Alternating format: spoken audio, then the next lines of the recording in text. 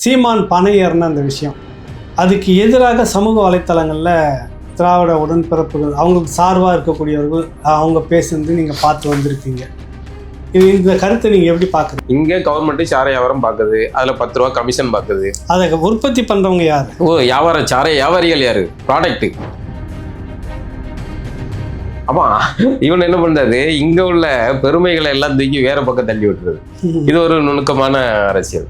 இவர்களை காட்டி, அந்த வெளியிலிருந்து வந்தவர்களை காட்டி இங்கே நம்மள்கிட்ட சொல்கிற அவன் ஒன்று வந்து இது பண்ணிடுவான்ட்டு, அவன் வர்றது இருக்கட்டும், நீ யார் முதல்ல?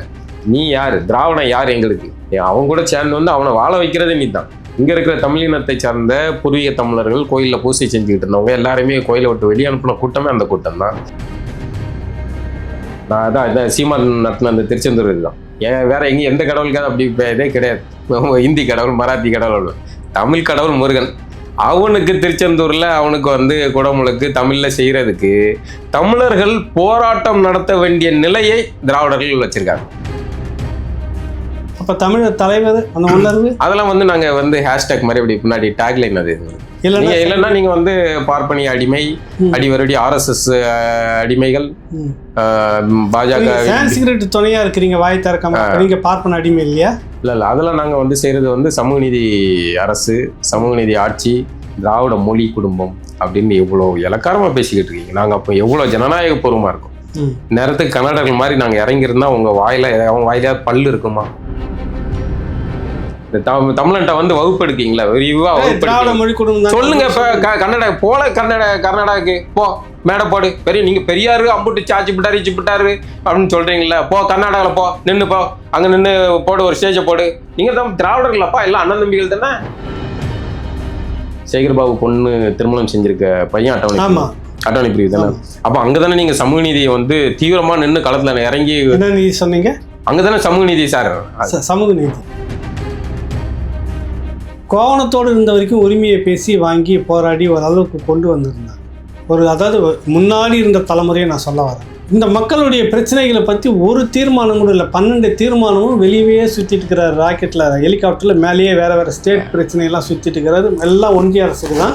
இப்படியெல்லாம் பல எந்த இதுவும் இங்கே குறிப்பிடவே இல்லை. எதுக்கு அந்த பேரணி நடத்தினார்? என்னத்துக்கு அந்த கோரிக்கை நடத்தினார்? இதான் என்னுடைய கேள்வி. நீங்கள் என்ன பார்த்துங்க? எனக்கு இப்போ வந்து சிரிப்பாக வருது சார்.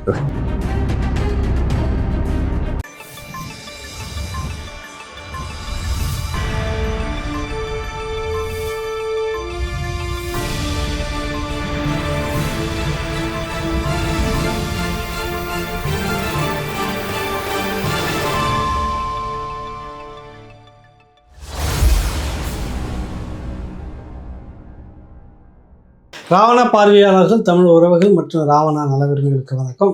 பிரபல எழுத்தாளர், பத்திரிகையாளர், ஊடகவியலாளர், எல்லாற்றையும் சிறந்த கார்ட்டூனிஸ்ட் பாலாவை நம்ம சந்திக்கிறோம். வணக்கம் பாலா. வணக்கம். ரொம்ப நாளுக்கு பிறகு ஒரு சந்தி. ஆமாம். இன்னைக்கு இருக்கிற அரசியல் இதுலேருந்து தொடக்கத்துலேருந்து வந்துடலாம். இந்த சீமான் பனை ஏறின அந்த விஷயம், முதல் கேள்வி அங்கேருந்தே வந்துடுவோம். அதுக்கு எதிராக சமூக வலைத்தளங்களில் திராவிட உடன்பிறப்புகள் அவங்களுக்கு சார்பாக இருக்கக்கூடியவர்கள் அவங்க பேசுனது நீங்கள் பார்த்து வந்திருக்கீங்க. இந்த கருத்தை நீங்கள் எப்படி பார்க்குறீங்க? திரும்ப குலத்தொழிலுக்கான திறப்பு விழாவை சீமான் செய்கிறாரா? இல்லை, இது வந்து வழக்கமாக வந்து நாம் குலத்தொழிலை செய்கிறோமோ இல்லையோ, நாம் குலத்தொழிலை செய்யணும் அப்படிங்கிறது தான் திராவிட அரசியலுடைய விருப்பம். நான் திரும்ப அவங்களை வந்து இது சார்ந்த விஷயங்கள் சார்ந்தே திரும்ப பேசுறது இருக்குல்ல, அது தாழ்த்தப்பட்டவர் சொல்ற மாதிரி. ஆமா, பனை ஏறுறது வந்து ஒரு குறிப்பிட்ட சமூகம் செய்யறது, இந்த தூய்மை பணி ஒரு குறிப்பிட்ட சமூகம் செய்யறது, இந்த பறை செய்கிறது ஒரு குறிப்பிட்ட சமூகம் செய்யறது அப்படிங்கிற மாதிரி இவனும் மண்டையில ஒண்ணு இருக்காங்கல்ல. இன்னைக்கு பறை செய்கிறவங்க குறிப்பிட்ட சமூகமே கிடையாது. பலரும் பல சமூகத்தை, தமிழ் சமூகத்தை சேர்ந்த பலருமே வந்து அது ஆர்வம் கொண்டு அந்த இசைக்கருவியின் மீது ஈர்ப்பால செய்யறாங்க. அதே மாதிரி பனை ஏறுறதுமே பார்த்தீங்கன்னா பெருவாரியாக குறிப்பிட்ட சமூகமும் கிடையாது. பெருவாரியாக வந்து பலரும் வந்து செய்ய ஆரம்பிக்காங்க. அதுக்கு நவீன கருவிகள்லாம் வந்துடுச்சு. ஆக அதுவும் உடஞ்சி போச்சு. இயல்பாக காலங்காலமாக ஒரு குறிப்பிட்டவங்க செஞ்சுருப்பாங்க. ஆனால் நவீன காலத்துக்கு ஏற்ப வந்து அந்த கருவியை பயன்படுத்தி எனக்கு ஒரு 10 பணம் இருக்குது, பணம் ஏறதுக்கு ஆள் கிடைக்கலன்னா நானே வந்து அந்த கருவியை வாங்கி நானே யூஸ் பண்ணுவேன். இல்லை எனக்கு தெரிஞ்ச தம்பிமார்கள் யாரை வச்சு ஏசுவேன். அவன் அந்த பணம் ஏறதுனால அந்த குலத்தொழில் செய்கிற மாதிரி ஆயிருமா? அவனுக்கு அந்த தொழில் செய்யறதுக்கு அவனுக்கு ஆர்வம் இருக்குது, அவன் செஞ்சுட்டு போகிறான். அதில் அது வருமானம் இல்லை. இன்னொன்னு அது பெரிய பனை பெரும் சொத்துங்க.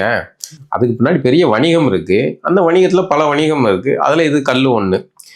அப்போ அடிப்படையில வந்து எனக்கு மது இந்த போதை பழக்கத்துல வந்து எனக்கு வந்து எந்த வகையிலுமே அதை வந்து ஏற்க முடியாது.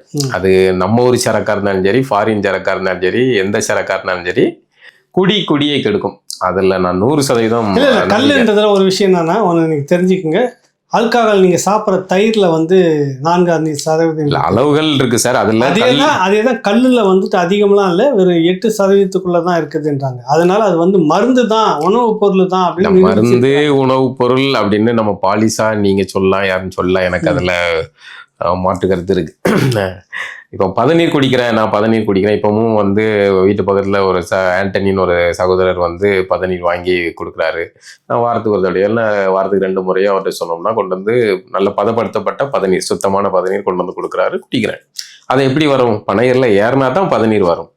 அந்த பதநீரை வந்து நீங்க சுண்ணாம்பு கலந்தா பதநீர், கலக்கலன்னா கல்.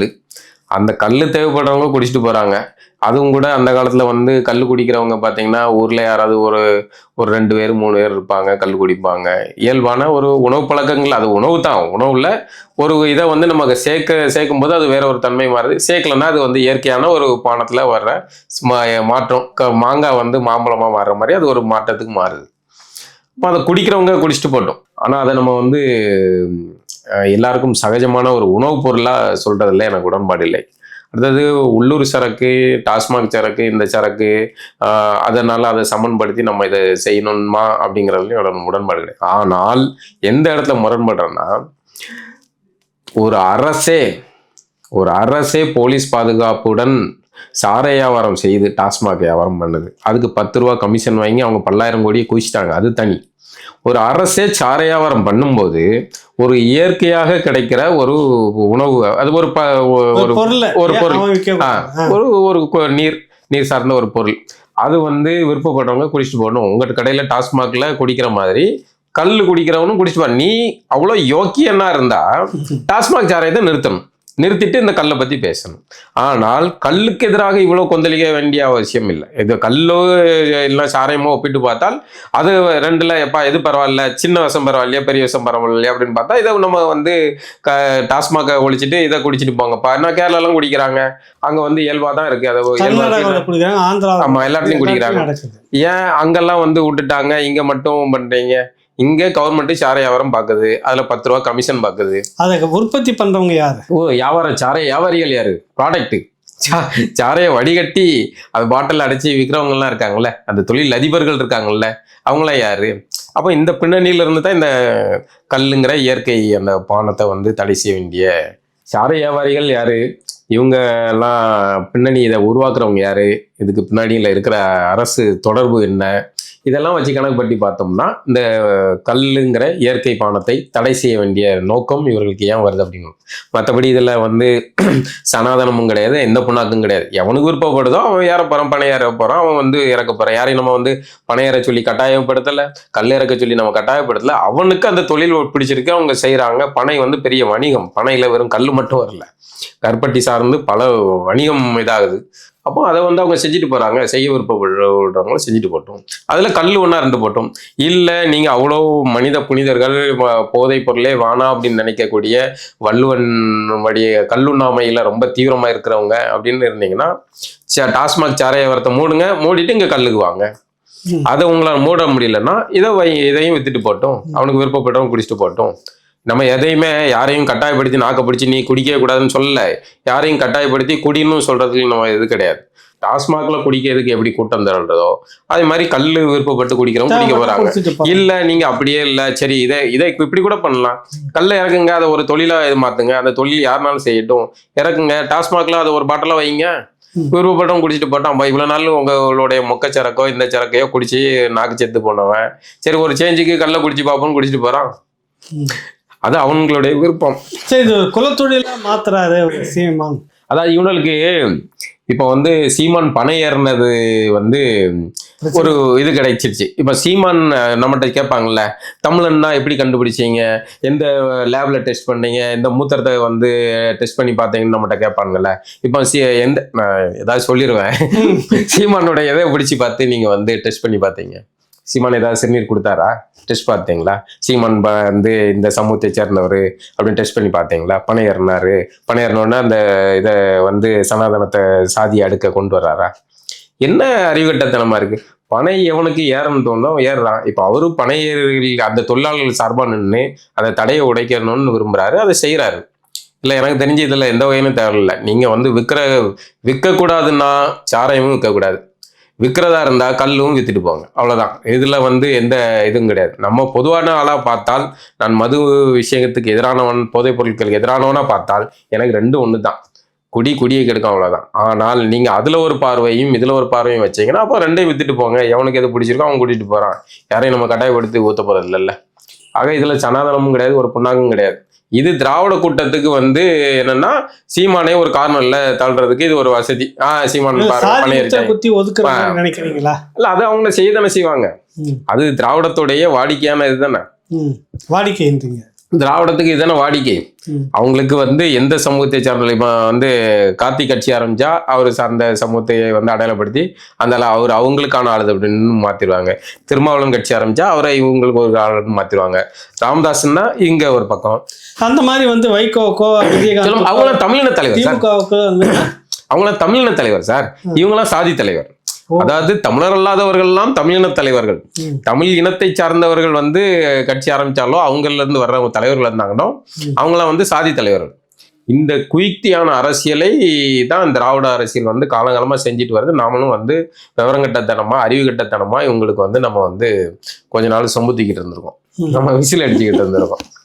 அதுக்கு எல்லாத்துக்கும் ஒரே காரணம் அவங்க வச்சுக்கிட்டு இருக்க அது பிராமணர்கள் கூட சொல்ல மாட்டாங்க, பார்ப்பனர்கள் இங்க உள்ள தமிழ் இனத்தை சார்ந்தவர்கள், இங்க இருந்த ஐயர்மார்கள் தமிழ் இனத்தை சார்ந்தவர்கள். இந்த இவங்கெல்லாம் வர்றதுக்கு முன்னாடி நம்மளாம் முட்டா போயிருக்கலாம், நம்ம முன்னோர்கள்லாம் முட்டாள்களா? அவங்களுக்கு வந்து ஒரு ஒரு ஒரு இனத்தை வழி நடத்துறதுக்கு ஒரு ஐயம் தீக்கிறதுக்கு ஒருத்தர் இருந்திருப்பான்ல, அவன் தான் ஐயன். நம்ம குடும்பத்துல ஒரு மூத்தவன் இருப்பான், அவன் தான் மூத்தவன், அவன் தான் சொல்லி கொடுப்பான், இல்லை சாமி இப்படி கும்பிடணும், இப்படி போகணும், இதுக்கு இதை வழி நடத்தணும். அவன் வந்து முன்ன நின்று எல்லாம் பண்ணியிருப்பான். அவன் தான் வழிகாட்டி, குரு, ஆசான், ஐயன் எல்லாமே. அது ஐயன் திருவள்ளுவன், இப்படிதான் இவங்க தான். ஐயன் திருவள்ளுவன் தான் நமக்கு அந்தணன், அவன் தான் நமக்கு ஐயர், அவன் தான் நமக்கு பார்ப்பனர். அப்ப இவன் என்ன பண்றது, இங்க உள்ள பெருமைகளை எல்லாம் தூக்கி வேற பக்கம் தள்ளி விட்டுறது. இது ஒரு நுணுக்கமான அரசியல். இவர்களை காட்டி, அந்த வெளியிலிருந்து வந்தவர்களை காட்டி இங்களை நம்மள்கிட்ட சொல்ற, அவன் உன்னை வந்து இது பண்ணிடுவான்ட்டு. அவன் வர்றது இருக்கட்டும், நீ யார் முதல்ல? நீ யாரு? திராவிடம் யார் எங்களுக்கு? அவன் கூட சேர்ந்து வந்து அவனை வாழ வைக்கிறதே நீ தான்.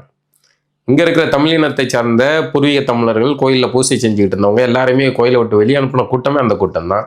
அவர்களுக்கு தான் நீங்க வந்து மறைமுகமா அவர்களை எதிர்க்கிற மாதிரியே பண்ணிட்டு இருக்கீங்க. இதுக்கு உதாரணம் நான் அதான் சீமான் நடத்தின அந்த திருச்செந்தூர் இதுதான்.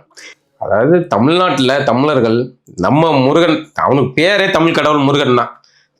வேற எங்கேயும் எந்த கடவுளுக்காவது அப்படி இதே கிடையாது. இந்தி கடவுள், மராத்தி கடவுள், தமிழ் கடவுள் முருகன். அவனுக்கு திருச்செந்தூர்ல அவனுக்கு வந்து குடமுழுக்கு தமிழ்ல செய்யறதுக்கு தமிழர்கள் போராட்டம் நடத்த வேண்டிய நிலையை திராவிடர்கள் வச்சிருக்காங்க. அசிங்கமா இல்ல உங்களுக்கு? இல்ல அசிங்கம். நீங்க இப்படி பண்ணவே கூடாது, தப்பு. முதல்ல இந்த அறநிலைத்துறை இருக்குது, அவங்க பாத்துப்பாங்க, கனிமொழி சொல்றாங்க. ஆமா, அந்த அம்மா அதைத்தான் நான் சொல்றேன். எவ்வளவு கேவலமா நான் அந்த அம்மா பேசும்போது பார்த்தேன்.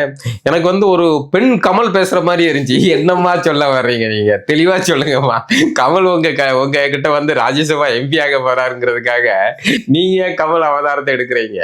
அவரு பார்லிமெண்ட்ல போய் அவங்களெல்லாம் கதற விடட்டும், நீங்க எங்களை கதற விடாதீங்க. தெளிவா பேசுங்க, என்ன பேசணும், கோரிக்கை என்ன? தமிழ்ல குடமுழக்கு நடத்தணும், அவ்வளவுதான். தமிழர்களுடைய இயல்பான கோரிக்கை.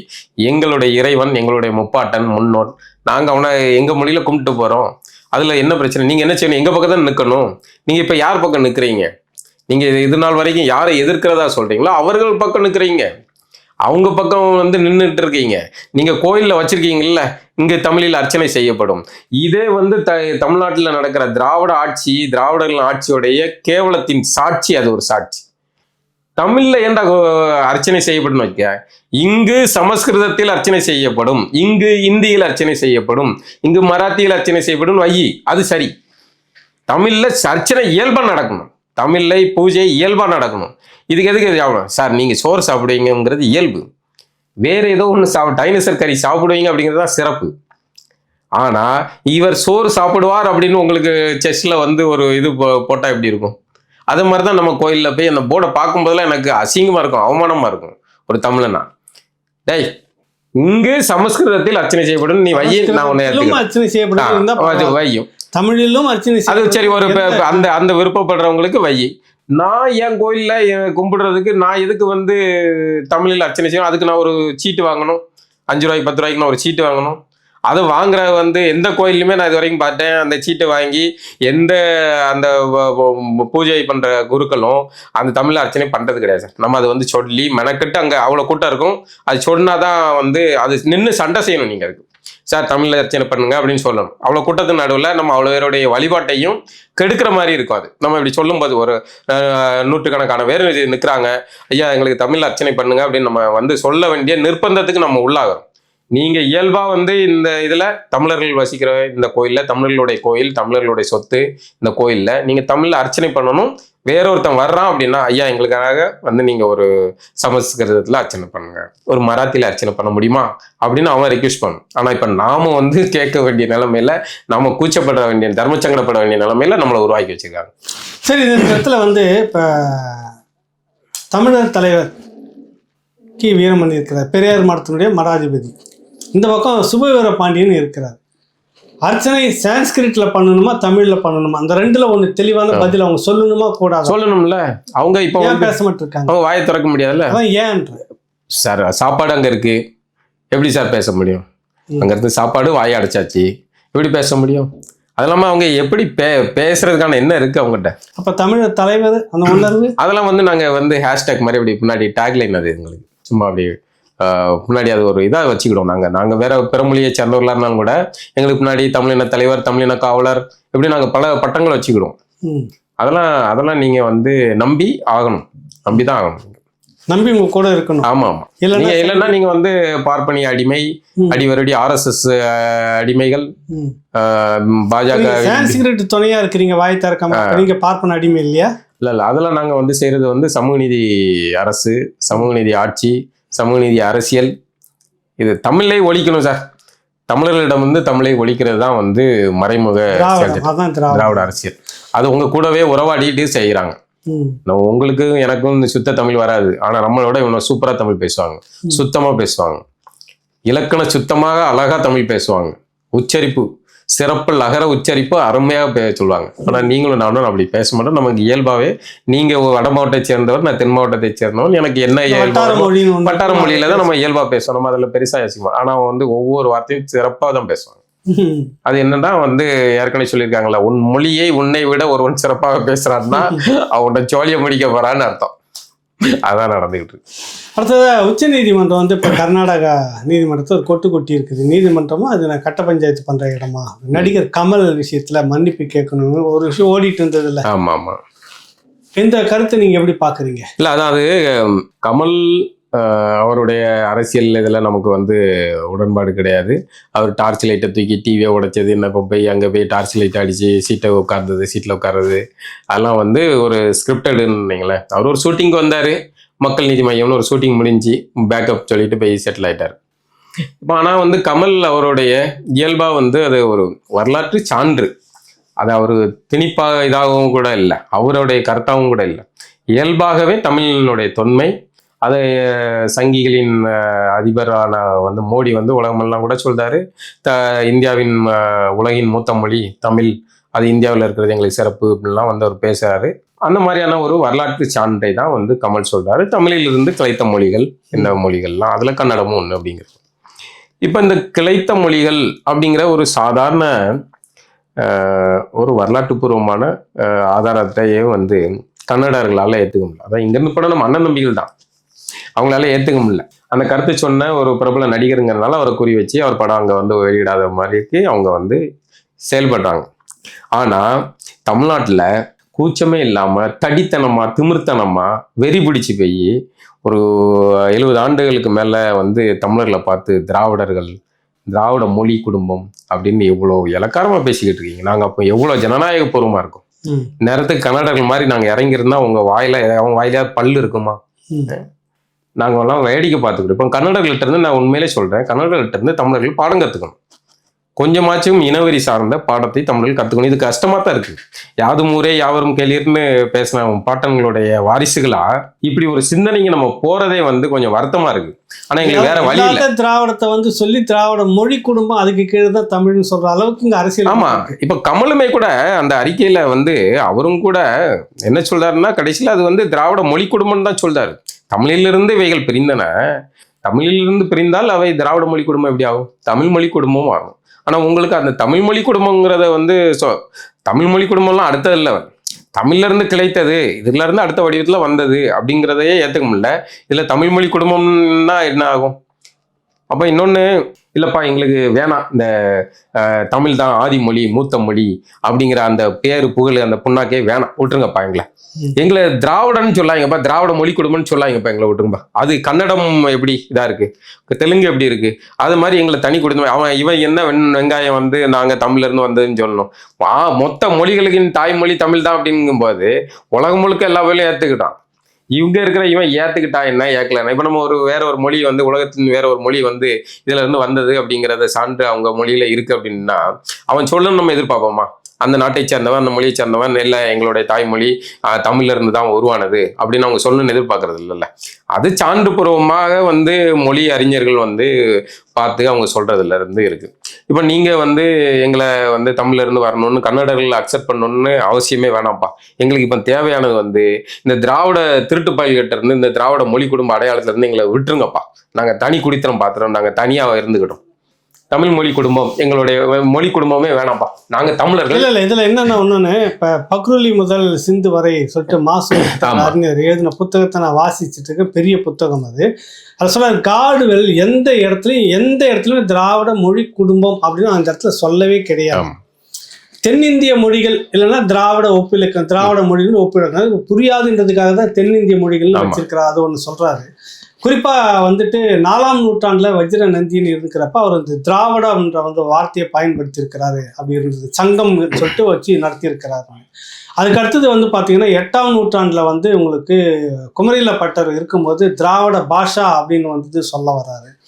12ஆம் நூற்றாண்டுல அதுக்கு அடுத்தது பார்த்தீங்கன்னா அந்த வார்த்தை எங்க வருதுனாக்கா உங்களுக்கு ஆதிசங்கரர் வந்துட்டு திருஞான சம்பந்தர் இவரும் திராவிட சிசு என்ற வார்த்தையை பயன்படுத்திக்கிறாரு. இதை தாண்டி வேற எங்கும் இல்லை. இதுதான் அங்க இருக்கக்கூடிய திராவிட சான்ஸ்கிரிட்ல இருந்து இந்த மொழியை இந்த வார்த்தையை நான் எடுத்தேன்னு தான் அவர் சொல்லியிருக்கிறாரு. இதை தாண்டி வேற எந்த நூல்களிலும் இல்லைன்னு ஆதாரப்பூர்வம் எழுதி இருக்கிறாரு. ஆனாலும் இவங்க திராவிட மொழி குடும்பம்னு சொல்லிட்டு இன்ன வரைக்கும் திராவிட மொழி குடும்பம்ங்கிறத விட தமிழ் மொழி ஆராய்ச்சி மையத்துக்கு வந்து ஒரு தெலுங்கரை வந்து தலைவராக போடுறாங்க. பாலகிருஷ்ணன் ஐஏஎஸ்ங்கிற ஒரு தெலுங்கரை வந்து தலைவராக போடுறாங்க சார். நான் கேட்குறேன், கேவலம் எங்கேயாவது நடக்குமா? இப்போ கன்னடர்கள் வந்து அவன் தமிழ்ல இருந்து வந்துச்சுங்கிற ஒரு நடிகர் சொல்லிட்ட வார்த்தைக்கே அவ்வளோ அடாவடி பண்றாங்க. இங்க நம்ம வேடிக்கை பார்த்துக்கிட்டு இருக்கோம் சார். தமிழ் மொழி அந்த ஆராய்ச்சி நிறுவனத்துக்கு ஒரு தெலுங்கரை வந்து இது போட்டார். அவர் எங்க போய் நிற்பாரு? அவர் இதை வந்து தமிழ் மொழி குடும்பம்னு அவர் சொல்லுவார். வெளியிலிருந்து இடம்பெயர்ந்து வந்தவர்கள் தான் தமிழர்கள். அங்க திராவிடர்களா இருந்தாங்க. இங்க வந்துட்டு வந்தோடனே அதெல்லாம் பெயிண்ட் அடிச்சு மாட்டாங்க, கருப்பு சிவப்பு பெயிண்ட் அடிச்சு மாட்டாங்க. அதாவது இவ்வளோ நம்ம ஜனநாயகபூர்வமா இருக்கும். ஆனா நம்மளை தான் பார்த்து இவனை இனவரிங்க. உண்மையிலே தமிழர்கிட்ட இனவரி கிடையாது. தமிழர்கிட்ட இனவரி வரணும் அப்படிங்கிறத நான் வந்து வலியுறுத்தி சொல்றேன். இனிமேலாவது இனவரி கொள் தமிழா இனவரி கொள், வேற வழியே இல்லை நமக்கு. இதுதான் நம்ம வந்து இப்போ முட்டுச்சந்தில் நிற்கிறோம். இனிமே நம்ம வந்து யாதும் ஊரே யாவரும் கேளீர்னு ஜனநாயகம் பேசிக்கிட்டு இருந்தோம்னா நம்மளை வந்து சோழியை முடிச்சு ஏறி மாரி போயிட்டே இருப்பாங்க. இதான் நடக்கும். தமிழுடைய ஆராய்ச்சிக்கு வந்து அரசு வந்து ஒருத்தனை போடுது. அவர் வந்து பிறமொழியினராக போடுறாங்க. அவர் வந்து பாட புத்தகத்தில் இதெல்லாம் எழுதுறாரு, பாடங்கள்லாம் எழுதுறாரு. திராவிட மொழி குடும்பம் தான் எழுதுறாரு. திராவிட இப்போ நான் என்ன கேட்கேன், சரிப்பா திராவிட மொழி குடும்பம் ஓகே. இப்போ அந்த கன்னடர்கள் எதிர்ப்பு தெரிவிச்சிங்களே, இந்த வாய்கள்லாம் எங்கே போச்சு? இந்த தமிழன்ட்ட வந்து வகுப்பு எடுக்கீங்களா? விரிவா வகுப்பு சொல்லுங்க. இப்ப கன்னட கர்நாடகாவுக்கு போ, மேடை போடு, நீங்க பெரியாரு அம்புட்டு சாச்சி விட்டாரு இச்சு விட்டாரு அப்படின்னு சொல்றீங்களா? போ கர்நாடகாவில் போ, நின்று போ, அங்க நின்று போடு, ஒரு ஸ்டேஜை போடு. நீங்க தான் திராவிடர்களப்பா, எல்லாம் அண்ணன் தம்பிகள் தானே, போய் நின்னுங்க, போய் பேசி பார்ப்போம். ஏய் எப்படி சொல்லலாம், இது திராவிட மொழி, திராவிட மொழி குடும்பம் தான் அப்படின்னு சொல்லு. நீங்க தமிழ் மொழி குடும்பம் கூட வேணா சொல்லலாம், இல்ல தமிழ்ல இருந்து பிரிந்ததுன்னு கூட, அது அவன் சொல்ற மாதிரி அதுல இருந்து பிரிந்தது கூட வேணாம். இல்ல இதெல்லாம் திராவிட மொழி குடும்பம்னு நீ அங்க சொல்லிட்டு வாயேன், வாய் மேலே போட்டு வந்துப்போம், பூரா விட்டுருவான்னு. அப்ப நாங்கெல்லாம் வந்து இடிச்ச வாய்ப்புகளுங்க, நீங்க எங்கிட்ட வந்து திராவிட மொழி குடும்பம்னு சொல்றீங்க, எங்க பிள்ளைங்க படிக்கிற பாடத்துல நீங்க வந்து திராவிட மொழி குடும்பம்னு பாடம் புத்தகத்துல கட்டுரைகள் எழுதுறீங்க, இதை நாங்க படிச்சுட்டு வரணும். இன்னும் வந்து நீங்க வந்து தமிழ்நாட்டுல வந்து பெரியார்னு படத்தை ஓட்டுறீங்க, ஆந்திராவுக்கு போனா அவர் ஈவே ராமசாமி நாயக்கர் ஆயிடுறாரு. அப்போ எவ்வளவு நுணுக்கமா நீங்க அரசியல் பண்றீங்க. நாங்க இதெல்லாம் கேட்டுக்கிட்டே இருக்கோம்.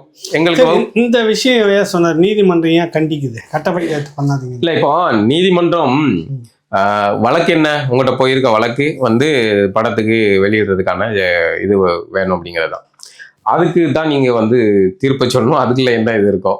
ஆனா நீங்க வந்து ஒரு 18 பட்டி நாட்டாம சொம்பு வச்சுக்கிட்டு ஆலமரத்தடியில உட்கார்ந்துக்கிட்டு அப்படின்னு சொல்லு, அதெல்லாம் அதை உச்சநீதிமன்றம் அதை சரியா சொல்லியிருக்கு. உங்ககிட்ட வந்த வழக்கு என்ன, அதுக்கு தான் நீ பதில் சொல்லணும். நீ வந்து மன்னிப்பு கேள்னு கமலை சொல்லக்கூடாது அப்படிங்கிற ஒரு மிகச்சிறந்த கருத்தை வந்து அவங்க பதிவு பண்ணிருக்காங்க. இதை கீழே இருக்கிற நீதி அரசர்கள் வந்து புரிந்து கொள்ளணும் அப்படிங்கிறத நம்ம ஒரு வேண்டுகோளா வச்சுக்கணும். இப்போ இங்கே தமிழ்நாட்டில் ஒரு பெரிய விஷயம் பரபரப்பாக ஓடிட்டு இருக்கு. பூவை ஜெகன்மூர்த்தி சட்டமன்ற உறுப்பினர் கைது விசாரணை. ஒரு காவல்துறை ஏடிஜிபி அதிகாரி வந்துட்டு சீரோடியிலே கைது செய்து கொண்டு விசாரிச்சுட்டு இருக்கிறாங்க.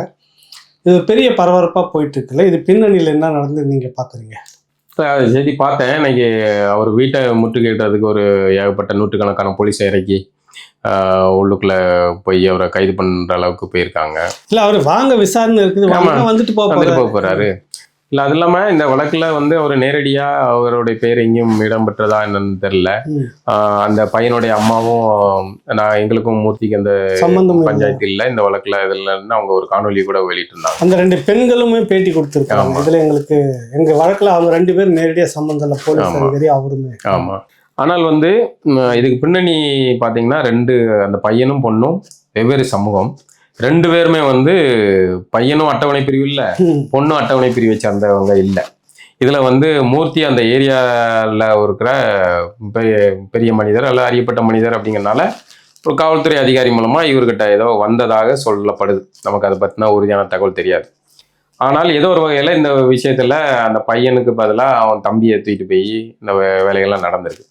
நான் எப்படி பார்த்தாலும் சரி, ஒரு ஆணும் பெண்ணும் சேர்ந்தது. அவர்கள் அந்த பையன் அட்டவணை பிரிவா இருக்கலாம், இல்ல இல்லாமலா இருக்கலாம், இல்ல வேற பிரிவை சேர்ந்தவங்க. இதுல 2 பேருமே இல்ல. இதுல இல்ல, இந்த வழக்குல இல்ல. ஆனா பொதுத்தளத்துல வந்து என்ன தோற்றமா இருக்குன்னு, மூர்த்தி பெயர் அடிபட்ட உடனே அந்த பையன் வந்து அட்டவணை பிரிவை சேர்ந்த பையன் போல இருக்கு, பொண்ணை தூக்கிட்டு வந்துட்டானுவா, கல்யாணம் வழக்கம் போல வந்து இது பண்ணிட்டானு. இவங்க ஏதாவது சொல்லுவாங்களே அது நாடக காதல் குறிப்பிட்டு. எங்கேயுமே நாடக காதல்காரன் வந்து கல்யாணம் பண்ணணும்னு ஆசைப்பட மாட்டான். அவங்க இதுல ரூபம் போட்டோமா முடிச்சோமா அப்படின்னு போறதா அவன் புத்தியா இருக்கும். கல்யாணம் இங்க பிரச்சனை எங்க வருதுன்னா, தான் காதலித்த பெண்ணை திருமணம் செய்யணும்னு ஆசைப்படுறவன் தான் பிரச்சனை. அவன் தான் கொல்லப்படுறான். ரூம் போட்டு போறவன் வந்து எங்கேயுமே கொல்லப்பட்டதா கிடையாது. ஆனால் இந்த விஷயத்துல திருமணம் செய்ய ஆசைப்பட்டாங்க 2 வயது வந்த பிள்ளைங்க. அவங்களுடைய அதுல வந்து 2 குடும்பத்தை சார்ந்தவர்களுக்கு தான் வந்து அதுல லாபமோ நட்டமோ அவர்கள் பேசி தீர்க்க வேண்டிய. 3வது நபர்கள் காவல்துறையை சேர்ந்த அதிகாரிகள். ஏற்கனவே ஒருத்தர் டான்ஸ்லாம் நல்லா ஆடுவார், அவரு இதுல முன்னணியில இருக்கதா சொல்றாங்க. அவர் சொல்லிதான் இந்த இவர் மாட்டிக்கிட்டாரு, இவர் வண்டியை கொடுத்துட்டு மாட்டிக்கிட்டாரு அப்படின்னு சொல்றாங்க. ஆமா, அப்படி சம்பந்தம் இல்லாம இந்த 2 கேரக்டர்களும் இப்போ அதுல இருந்து இதுல சிக்க வைக்கப்பட்டிருக்காங்க. இது ஒண்ணு. இப்போ வேற ஒருவேளை பையனோ பொண்ணோ அட்டவணை பிரிவா இருந்தாங்க அப்படின்னா அவங்கள சேர்த்து வைக்கிறாங்க. இல்ல 2 பேருமே அப்படி இல்லை, 2 காதல் தம்பதிகள் திருமணம் செஞ்சுக்கிட்டாங்க, அவங்களுக்கு ஒரு பாதுகாப்பு வேணும் அப்படின்னு மூர்த்திக்கிட்டயோ இல்லை வேற காவல்துறையை சார்ந்த அதிகாரிகிட்டயோ வந்தா அவங்க பாதுகாப்பு கொடுக்கலாம், ஒரு உயிரை பாதுகாக்கிற வேலையை செய்யலாம். ஆனா யாரோ ஒருத்தங்களுடைய செல்வாக்கா இருக்காங்க, அவங்க ஏதோ ஒன்று பெட்டி கொடுக்குறாங்க அப்படிங்கிற காரணத்தை கொண்டு ஒரு இளம் தம்பதிகளை வந்து பிரிக்கிறதுக்கு நான் ஏதோ ஒரு வகையில துணை போறேன் அப்படிங்கிறது ரொம்ப கேவலமான செயல். அந்த செயலை யாரு செஞ்சாலும் அது மிக மிக அசிங்கமானது, அது தவறானது. இந்த மாதிரியான செயல்கள்ல எந்த பிரிவை சேர்ந்தவங்களும் ஈடுபடக்கூடாது. அதை வந்து அவங்க குடும்பத்தை சேர்ந்தவங்க பார்த்துக்காங்கப்பா. அது இப்போ திவ்யா இளவரசன் இஷ்யூல இருக்கு. அப்போ வந்து 2 பேரும் வெளியே வந்துட்டாங்க, அவங்களுக்கு ஒரு பாதுகாப்பு தேவைப்படுது அப்படின்னா யாருனாலும் பாதுகாப்பு கொடுக்கலாம். ஏன்னா 2 உயிரை நாங்கள் பாதுகாக்கிறோம், அதை செய்யலாம் சார். ஆனால் வந்து 2 பேரை நாங்கள் பிரித்து விடுறதுக்கு நாங்கள் வந்து பண்ணுறோம் அப்படிங்கிறத யாருமே செய்யக்கூடாது. அதில் வந்த வகையில் அது வந்து இதில் உண்மை இருக்கா இல்லையான்னு நமக்கு தெரியாது, இது பின்னணி என்னன்னு தெரியாது. ஆனால் ஒருவேளை அப்படி இருந்தால் அது தவறான செயல். அந்த வகையில் நீதிமன்றம் வந்து அதை சரியான நடவடிக்கை எடுத்திருக்குன்னு நினைக்கிறேன். இன்னொன்று, காவல்துறை அதிகாரி இந்த அளவுக்குள்ள இறங்கியிருக்க வேண்டியதில்லை. இதில் இன்னொரு கோணம் இருக்கு. இப்போ இந்த விஷயத்துக்கு ஒரு புகார், ஒரு பையனை இது பண்ணிட்டாங்க, ஒரு அட்டவணை பிரிவை சேர்ந்தவர் அதிமுக கூட்டணியில் இருக்கார். அதனால இவ்வளோ வேகமாக ஃபோர்ஸ் அனுப்பி தூக்க முடிகிற திராவிட மாடல் போலீஸ்க்கு ஒரு பொண்ணு கோயிலாக ஒருத்தர் வந்து அது நடத்துகிற நிகழ்ச்சி நடத்துகிறார், அது நடத்துகிறாரு. கோபாலபுரத்துடைய மெயின் வெப்பன் சப்ளையர் அவர் தான், எல்லா இதுவும் அவர் தான் செய்கிறாரு. முக்கியமான அமைச்சர் சார் சேகர் பாபு. அவருடைய பொண்ணு வந்து முதல்வருக்கு ஊடகங்கள் மூலமாக பல வகையான கதறல் பேட்டிகள்லாம் நம்ம கொடுத்துட்டு, அந்த பொண்ணு என் கணவர் என்னையும் கொல்ல பார்க்குறாங்க, வைக்காங்கன்னு நம்ம சொல்லுது. ஒரு போட்டாங்க, மிரட்டுனாங்க. ஒரு இது பத்தின எந்த டிபேட்டும் இல்லை சார். அவர் எவ்வளவு முக்கியமான ஒரு அதிகார மையத்தின் முக்கியமான அமைச்சர். இந்த சமூக திராவிட கோஷ்டி ஆமா, திராவிட கரகாட்ட கோஷ்டிகள் ஒண்ணுமே டான்ஸ் ஆடலையே. நீங்களும் பார்த்தீங்க அந்த டான்ஸை? இல்ல, பார்க்க எங்கேயும் பார்க்க முடியாது சார். ஏன்னா அப்போ அவங்க கரெக்டா அந்த இது எப்பவும் வாய் திறக்கணும், எப்பவும் திறக்கணும் கூடாதுன்னு தெரியுது இல்ல. ஏன் இங்க பேசுற சமூக நீதி வாய்கள் அங்க பேசணும்ல?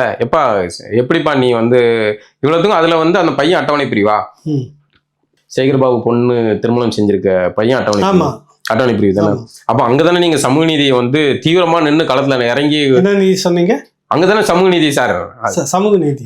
சமூக நீதி சார். உங்களுக்கு ஏதோ வந்து அருங்காட்சியகத்துல இருக்கிற பேர் மாதிரி நினைச்சிட்டீங்களோ? அது அப்படிதான். அவங்க தானே இறங்கி பேசியிருக்கணும். ஆனா அங்க யாருமே பேசலையே. ஏன்? அப்ப இங்க இழிச்சவங்க இங்க இருக்கிறவங்க. இப்போ இவரு வந்து எதிர்கட்சியை சேர்ந்தவர், அதனால அவரை ஒரு முறை நீதிமன்றத்தை கூப்பிட்டு துஷ்பிரயோகம் பண்றீங்க, இதுக்காக உங்க மந்திரி இதுக்காக என்ன கேட்டா வந்து இதெல்லாம் வந்து ஆமா, இதெல்லாம் வந்து தன்னாலே எடுத்து வழக்கை வந்து நீதியரசர்கள் வந்து எடுத்து செய்யறது. ஏன்னா வந்து அரசு செய்யாது, போலீஸ் செய்யாது. நமக்கு இருக்கிற ஒரே நம்பிக்கை நீதித்துறை மட்டும்தான். அவர்கள் மட்டும்தான் நமக்கான இறுதி நம்பிக்கையே நீதித்துறை சார்ந்தவர்கள் தான். அப்போ நீதிமன்றம் வந்து இந்த மாதிரியான விஷயங்களை வந்து கையில் எடுத்து சேகர் பாபு பொண்ணுக்கு பாதுகாப்பு கொடுக்கறது, சேகர் பாபு மீது நடவடிக்கை எடுக்கிறது, இந்த மாதிரியான விஷயங்கள் செஞ்சால் ரொம்ப நல்லா இருக்கும்னு நினைக்கிறேன். ஏன்னா அரசு செய்யாது, திராவிட மாடல் அரசு செய்யாது. நீதிமன்றம் தான் நமக்கு இந்த விஷயத்துல வந்து துணை நிற்கணும். இந்த விஷயத்துல மிக சரியா, இந்த மூர்த்தி விஷயத்துல எல்லாம் மிக சரியான நடந்துக்கிட்டாங்க. அந்த காவல்துறை அதிகாரியை உடனடியாக கைது பண்ணாங்க. இது வந்து திராவிட மாடல் போலீஸுக்கு விழுந்த மிகப்பெரிய அடி. அடுத்து இன்னொரு போலீஸ்காரன் இப்படி வந்து செய்யறதுக்கு யோசிப்பான்ல. அந்த வகையில் நீதித்துறை வந்து மிக சிறப்பாக செஞ்சிருக்கு. இந்த மாதிரியான அதிகார துஷ்பிரயோகங்களை செய்யாதீங்க, கட்ட பஞ்சாயத்துகள் செய்யாதீங்க. நீங்க மக்கள் பக்கம் நிற்க வேண்டியது. உங்கள்கிட்ட பாதுகாப்பு கேட்டு வரவங்களுக்கு பாதுகாப்பு கொடுக்கணும். நீங்க பாதுகாப்பு கேட்ட வர்றவங்களே பிரிச்சு விட்டு அவங்கள வந்து ஆபத்தான சூழலுக்கு தள்ளுறதுங்கிறது சரி. அந்த வகையில் நீதித்துறை வந்து இதுல தானே வந்து முன் வந்து அதை இது பண்ணியிருக்காங்க. இதே மாதிரி இந்த சேகர் பாபு விஷயத்திலையும் நீதித்துறை வந்து தன்னால பண்ணாங்கன்னா அந்த அந்த மாதிரியான காட்சிகளையும் பார்க்கறதுக்கு நல்லா இருக்கும். இன்னொரு முக்கியமான கேள்வி, கோவணத்தோடு இருந்த வரைக்கும் உரிமையை பேசி வாங்கி போராடி ஓரளவுக்கு கொண்டு வந்திருந்தாங்க. அதாவது முன்னாடி இருந்த தலைமுறையை நான் சொல்ல வரேன். கோட்டு சூட்டு போட்டுக்கிட்டு வந்து ஒரு பெரிய பேரணி மாநாடு, இந்த மக்களுடைய பிரச்சனைகளை பற்றி ஒரு தீர்மானம் கூட இல்லை. 12 தீர்மானமும் வெளியே சுற்றிட்டு இருக்கிறார். ராக்கெட்டில், ஹெலிகாப்டரில் மேலேயே வேற வேற ஸ்டேட் பிரச்சனையெல்லாம் சுற்றிட்டு இருக்கிறாரு. எல்லாம் ஒன்றிய அரசுக்கு தான். மாநில அரசுக்கு இங்கே இருக்கக்கூடிய ஒடுக்கப்பட்ட அட்டவணை பிரிவு மக்களுக்கும் ஒரு கோரிக்கையும் இல்லை. பஞ்சமி நில மீட்பு பற்றி இல்லை, இந்த மாதிரி இப்படியெல்லாம் பல எந்த இதுவும் இங்கே குறிப்பிடவே இல்லை. எதுக்கு அந்த பேரணி நடத்தினாரு, என்னத்துக்கு அந்த கோரிக்கை நடத்தினாரு? இதான் என்னுடைய கேள்வி. நீங்க என்ன பாக்குறீங்க? எனக்கு இப்போ வந்து சிரிப்பா வருது சார். அதாவது அந்த போட்டோ அந்த வீடியோல பார்த்தேன் சார். அவங்க மைண்ட்ல என்ன நினைச்சிருப்பாங்கன்னா, இந்த கோட் சூட் போட்டு எல்லாம் நிற்கிற நம்ம எல்லாம் வந்து அம்பேத்கர் அப்படின்னு தங்களை வந்து அம்பேத்கர்களாக உணர்கிறார்கள் போல. அவ்வளோ காமெடி குத்தாகி போச்சு. எனக்கு அதை பார்க்கும்போது ரொம்ப கேலியா இருந்துச்சு. உழைக்கும் மக்கள் கூட ஆட்டோ ஓட்டுநர் கூட கோட் சூட்டோட வரணுன்றது என்னுடைய விருப்பம் அப்படின்னு சொல்ல வர. இல்லை, அதெல்லாம் வந்து அம்பேத்கருடைய நோக்கம் வந்து உயரிய நோக்கம். நான் யாருக்கும் அடிமை இல்லை, எனக்கு எவனும் அடிமை இல்லை, அவ்வளோதான். நான் வந்து காந்தி வந்து கோமணம் கட்டி கோமாளித்தனம் பண்ணிக்கிட்டு இருந்தப்போ அம்பேத்கர் வந்து கோட் சூட் போட்டு கால் மேல் போட்டு உட்கார்ந்துட்டார். அது வந்து ஒரு எதிர்குறியீடின் அரசியல். அதாவது இவ்வளவு நாளைக்கு நீ வந்து இது பண்ணிக்கிட்டு இருந்த, இப்ப எனக்கு இருக்கு, நான் படிச்சிருக்கேன், நான் எதுக்கு வந்து கோவணம் கட்டணும்? அப்போ மேலதான் போகணும், திரும்ப கோவணத்தை கட்டணுங்கிற அவசியம் இல்லை, அதெல்லாம் சரி. ஆனா இவர்கள் கோட் சூட் போடுறதுக்கான தேவை என்ன, நோக்கம் என்ன? அதுவும் இல்லாம அந்த ஏதோ ஹெலிகாப்டர் நீங்க வேற வார்த்தை வேற விட்டீங்க, ஹெலிகாப்டர்ல சுத்துற மாதிரி. ஹெலிகாப்டர்ல இருந்து பூ தூவுறதுக்குலாம் ஏற்பாடாங்க சார். எவ்வளவு பெரிய சாதனை செஞ்சிருக்கோம்ல. அந்த பணத்துல எத்தனை லட்சம் சொன்னாங்க, அந்த பணத்துல 9 லட்சமோ ஏதோ கிட்டத்தட்ட ஒரு 10 பேர் படிக்க வைக்கிறதுக்கு கொடுத்துருக்கலாம். அதாவது எவ்வளோ அந்த அரசியல் வந்து எப்படி எங்க இருந்து ஆரம்பிச்சு எப்படி மாறி இருக்கு அப்படிங்கிறதுக்கு இந்த பேரணி ஒரு உதாரணம். இன்னொன்னு, அட்டவணை பிரிவினர் பேரை சொல்லி தான் நீங்க அதை அரசியலுக்கு வந்தீங்க. நீங்க அதை தொடர்ந்து அதே அரசியல் பண்ணணும்னு கூட வந்து அவசியம் கிடையாது, பொதுவான அரசியல் பண்ணுங்க. ஆனா இப்போ எது முக்கியமான பிரச்சனை, நீங்க யாரை நோக்கி கேள்வி கேட்கணும்? இப்போ இந்த பேரணியை, அவ்வளோ திரண்ட பேரணி இருக்குல்ல, பாராட்டுக்குரியது. தேர்தல் நேரத்தில் இப்படியான பேரணிகள்லாம் உருவாகும், தங்களுடைய செல்வாக்கை காட்டி அதை காட்டி கூடுதலாக 4-2 சீட்டு வாங்க முடியுமா அப்படின்னு பார்க்கறதுக்காக நடத்தப்படுற பேரணிகள் தான். இதுக்கு ஏதாவது ஒரு டேக்லைன் வேணும். அதுக்காக மதசார்பின்மை, ஜனநாயகம் காப்போம், தேசம் காப்போம், குடியை வச்சு ஒன்று பண்ணாங்கல்ல, இப்படி 4-5 ப்ராஜெக்டுகள் வச்சுருப்பாங்க. இந்த என்ஜிஓக்கள் வந்து அப்பப்போ ப்ராஜெக்டுகள்லாம் வச்சுக்கிடுவாங்க. ஃபாரின்ல இருந்து ஃபண்ட் வரும்போது அவங்க வந்து அந்த ஃபண்டை வச்சு ப்ராஜெக்டுகள்லாம் நடத்துவாங்க. அது மாதிரியான ஒரு ப்ராஜெக்டுகள்னு கூட எடுத்துக்கலாம் நீங்க. இதுவா இல்லை, அப்படி கூட எடுத்துக்கலாம்ங்கிறேன். அப்படி ஒரு ப்ராஜெக்ட் வச்சிருக்கோம் நாங்கள். அப்படி பல ப்ராஜெக்டுகள், இது ஒரு ப்ராஜெக்ட் மதசார்பின்மை காப்போம் அப்படிங்கிற ஒரு ப்ராஜெக்ட். இப்போ அவ்வளோ பேரணிகள் வர்றாங்க, அந்த சமூகத்தை பெருவாரியாக வர்றவங்க யாருன்னு தெரியும், இவங்களுடைய ஆதரவாளர்கள் யாருன்னு தெரியும். இந்த பேரணிகள்லாம் எங்க நடத்தப்பட்டிருக்கணும்னா, வந்து வேங்கை வெயில்ல மழை தண்ணீரை கலந்து அவனே குடிச்சிக்கிட்டான்னு ஒரு கேவலமா ஒரு குற்றச்சாட்டை வச்சானுங்கல்ல, கண்டுபிடிக்க துப்பு இல்லை, அதுக்கு குற்றவாளிகள் யாருன்னு கண்டுபிடிக்க துப்பு இல்லை போலீஸுக்கு. அதுக்கு வந்து ஒரு அம்மாவும் பையனும், ஒரு அம்மா என்ன சொல்லுவாங்க, எப்போ அவன் எவ்வளவு காசு கொடுத்தாலும் சரி, அடிச்சாலும் சரி, இந்த செய்யாத இந்த குற்றத்தை, இந்த கேவலமான செயலை ஒத்துக்காதுன்னு தான் சொல்லுவாங்க. இப்போ உங்களை வந்து உங்க அம்மா, உங்களை போலீஸ்காரன் தூக்கிட்டு போய் கேட்டா, உங்க அம்மா என்ன சொல்லுவாங்க, எப்பா இந்த பாவத்தை நம்ம செஞ்சிட விட நம்ம ஒத்துக்கிடவே கூடாது அப்படின்னு தான் சொல்லுவாங்க. இதை நான் ரெக்கார்ட் பண்ணி வச்சுட்டு, உங்க அம்மா ஒத்துக்கிடக்கூடாதுன்னு சொன்னதை வந்து கட் பண்ணி ரிலீஸ் பண்ணிட்டு, இவர்களை கலந்து குளித்து விட்டு மற்றவர்கள் மேல அபாண்டமாக பழிச்சு போடுகிறாருன்னு சொன்னா எவ்வளோ ஐக்கியத்தனம் சார். அதுக்கு தான் சார் நீங்க இந்த பேரணி நடத்திருக்கணும். எவ்வளவு கேவலமான செயல் நீங்க. இப்போ மதசார்பின்மையா இந்த இதுல இப்போ முக்கியமான பிரச்சனை, நீ யாருக்காக அரசியல் பண்ணிட்டு வந்த, யாருக்காக இன்னைக்கு இந்த கோட்டு போட முடிஞ்சுச்சு? இந்த கோட்டு எங்க இருந்து வந்துச்சு?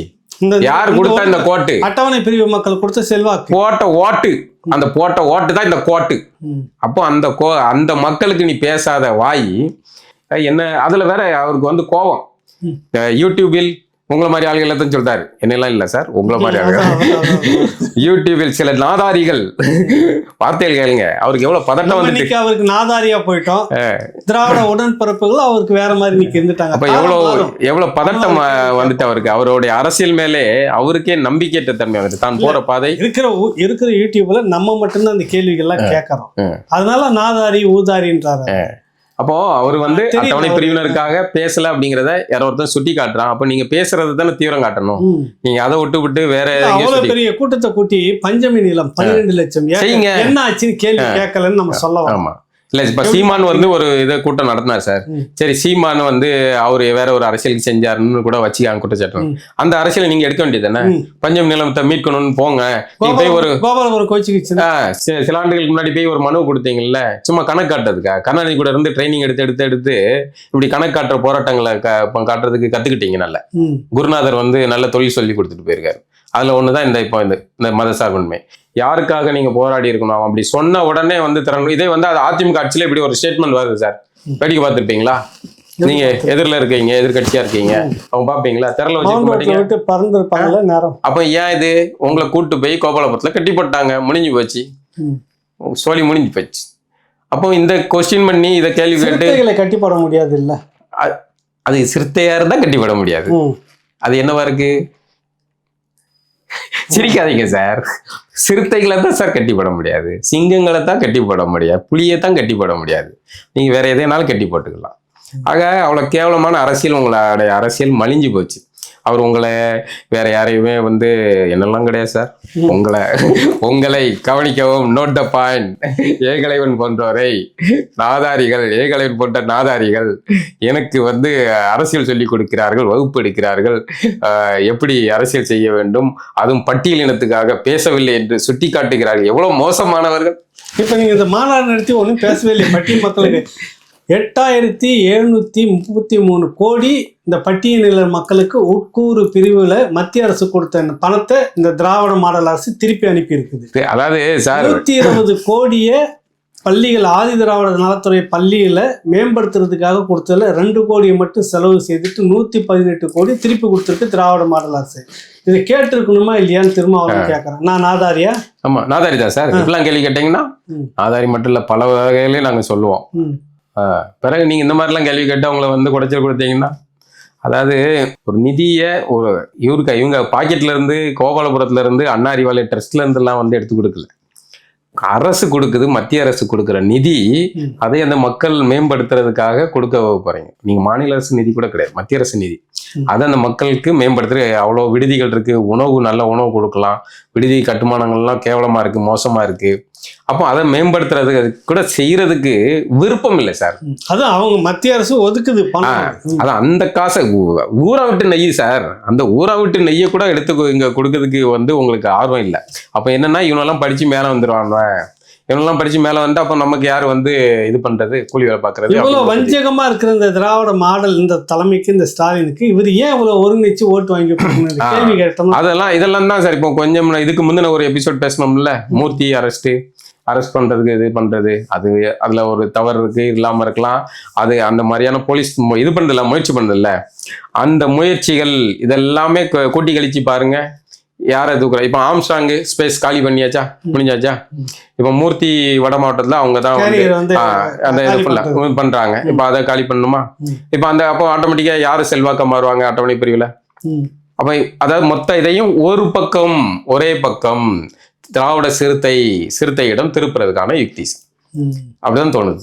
அப்ப இவங்கெல்லாம் யார்? இந்த அதாவது நமக்கு கோபாலபுரத்துக்கு, அண்ணா அறிவாலயத்துக்கு விசுவாசமாக இருக்கிற ஒரு நபர், அந்த நபர் மீது அவர் பக்கம் எல்லா அட்டவணை பிரிவினரும் ஒன்னா இருந்துட்டா நமக்கு ஒரு ஆளை ஒன்னா எடுத்துக்கலாம். அந்த ராணி தேனியை பிடிச்சிட்டா எல்லா தேனிகளும் வந்துருமா? அது மாதிரி இந்த ஒரே ஆளை மட்டும் வச்சுக்கிட்டோம்னா, ஒரு ஆளை மட்டும் நம்மளுடைய கைப்பிள்ளையா வச்சுக்கிட்டோம் அப்படின்னா எல்லா பேர்லையும் வயரில்ல ஊடையில் அங்கங்க இருந்து ஆம்ஸ்ட்ராங் மாதிரிலாம் வந்து இருந்து அதை பிரிக்கும் போது இதாகுதுல்ல, வாக்கு சிதறுது, வெற்றி வாய்ப்பை இது பண்றாங்க, ஒரு குழப்பம் வருதுல்ல. இப்போ வந்து இந்த ஏர்போர்ட் மூர்த்தின்னு கூட யாரோ ஒருத்தர் வந்து பேசிட்டே இருக்காருல்ல, ஒருத்தர் ரொம்ப குடைச்சல் கொடுக்காரு போல இருக்கு. அதான் அந்த நாதாரிகள் பட்டியல் அவரும் இருக்கிறாங்க. அப்போ இப்படியான இது அதை சிதறாம தன்னுடைய விசுவாசமான குழந்தைக்கு அது பக்கம் திருப்பி விடுறதுக்கான வேலைகள் நடக்குதுன்னு நினைக்கிறேன். இந்த மாதிரியாகவே வந்து தொடர்ந்து அந்த மக்களை ஏமாற்றி அத பொதுவாகவே மக்களுக்கு துரோகம் தான் செய்யறாங்க. இவர்களால அந்த மக்களுக்கு என்ன வளர்ச்சி, என்ன சமூக மேம்பாடு நடந்ததுன்னு சொல்லுங்க சார். ஒரு தலைமை, ஒரு அரசியல் நடந்தால், ஆமா ஆமா கோட் சூட் போட்டு பிரமாதம். முன்னாடி திராவிட பெரியாரிஸ்டுகளே பரவாயில்ல போல இருக்கு. நாங்க வந்து இருப்பார்தான் நீங்க வந்து பேண்ட் சட்டை போட்டீங்கன்னு, நாங்க வந்து இருப்பார்தான் கோட் சூட் போட்டீங்கன்னு சொல்ல வர. எவனுமே இங்க படிக்கல, இவங்கெல்லாம் வந்து கோட் சூட் போட்டு இது பண்ணி மாத்தி. கோட் சூட் யாரும் போடல. அப்ப அந்த ரெட்டைமலை சீனிவாசன் ஒருத்தர் இருந்தாரு, அவர் பெரிய ஒரு மீசை வச்சுட்டு, அவர் அப்பவே இந்த கோட் சூட் எல்லாம் போட்டு இருந்தாரு சார்.